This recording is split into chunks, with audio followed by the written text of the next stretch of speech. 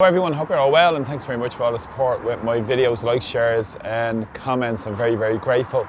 Today I'm going to speak about Eamon Ryan, but first of all I want to start with the news that broke in Dublin over the last number of days regarding the verdict on the 48 victims of the Stardust fire that took place on the night of February 13th going into February 14th in 1981. For over 43 years, the inspirational families and friends and supporters have struggled for justice for their loved ones, and a number of days ago the jury found unlawful killing to be the verdict around the victims of the Stardust tragedy that happened, as I said, in a working class community over 43 years ago.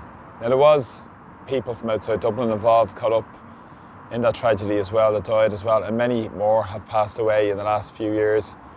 Families that have campaigned heroically, consistently, and been at the forefront of standing up for their justice for their loved ones. Now this is the start of the process, the unlawful killing verdict by the Coroner's Court.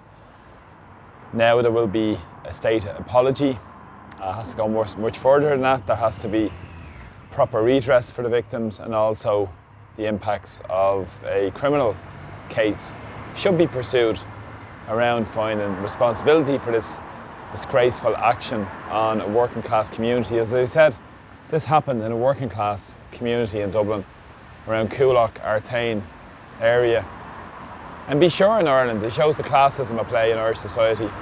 If it was in other areas where people had access to resources such as solicitors and so forth, this wouldn't have happened. But again, there was always this sense of victim blaming in Ireland around the victims of the Stardust as well, pursued by the state, and the state that represents the interests of the super rich. So full support and solidarity, and my thoughts and prayers are with the victims, their families, and fair play to them on the struggle for justice moving forward as well. But today I want to speak about also Eamon Ryan. He gave a speech yesterday to the Green Party conference in the RDS. I'm sure everybody was waiting for this great speech. Eamon Ryan, who's ignoring the claims of our community in Rathmines around demanding our vital public post offices retained. He's ignored all correspondence with ourselves. Even when I confronted him a number of weeks ago at a public meeting, he refused to answer questions around the post office. This is Eamon Ryan of the Green Party, and a man who's completely out of touch and anti-working class. That's to put it very mildly. But Eamon Ryan gave a speech last night. I'll just go into a few facets of his speech. He spoke initially about Catherine Martin. This is the person who stood against him for the leadership position. They had a love fest on the stage where he said the legacy of Catherine Martin will be the Commission Naman. We all know about that, the True Police. So this is the great way to start his speech. He then moved on to say he was reforming public service broadcasting because he was clamping down on so-called misinformation, i.e. anything that goes against the government's narrative. And he said he was going to clamp down on social media companies around this misinformation as well. So Eamon Ryan believes in democracy and freedom, all right, when he's trying to clamp down on dissent. This is Eamon Ryan, whose party is trying to push through the hate speech bill as well. Completely out of touch, anti-working class party. And he also said that the imminent prospect of war escalating is a real threat. This is a Green Party that previously stood for neutrality, but of course principles mean nothing when you get into power, especially with these clowns like Eamon Ryan. He's more concerned with growing his south-facing lettuce leaves, I think, than actually real life issues. He's so deluded and out of touch with reality. And he also spoke about the existential threat of climate change.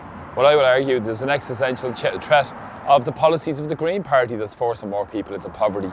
As I said, completely out of touch with real life experiences for people. And he also spoke about his intention is to improve the life of all people.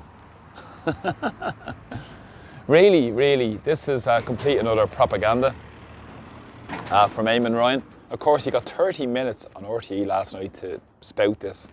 30 minutes on our so-called public service broadcaster to spout this absolute nonsense.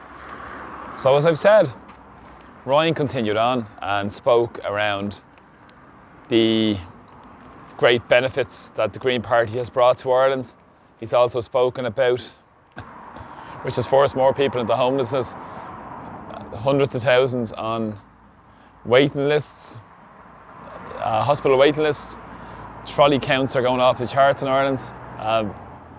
Issues with special needs assessment, even in this constituency and all across the country.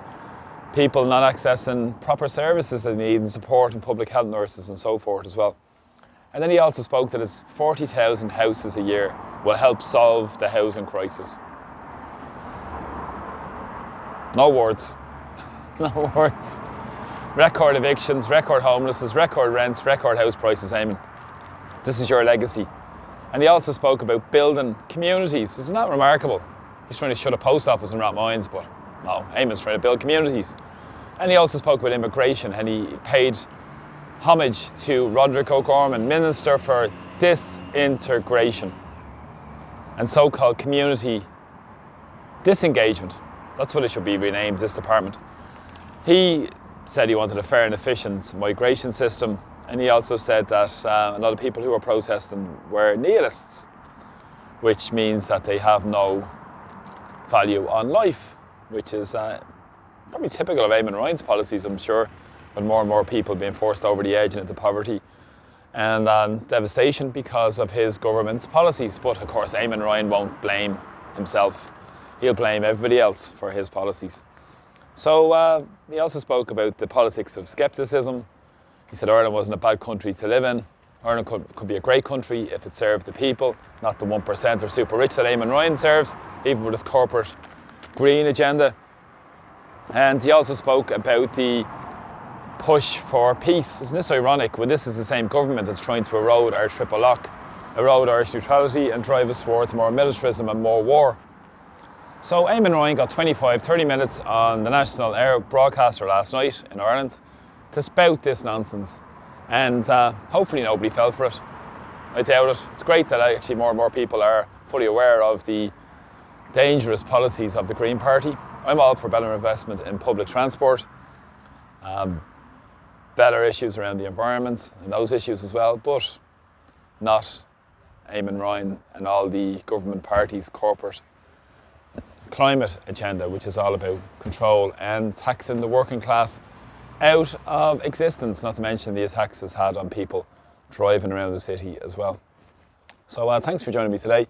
Nice bit of sunshine in Dublin today, just on the banks of the Grand Canal here. And I hope you're all well again, and thanks for supporting me through buying me a coffee. I'm very grateful. Everybody who supports my campaign, election campaign as well.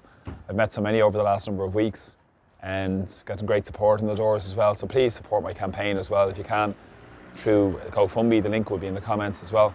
But I'm very grateful for all the support, all the shares, likes, comments. And from along the banks of the Grand Canal here, take care. I'll talk to you all soon. Slán, thanks for all the support. Mind yourselves. Bye bye.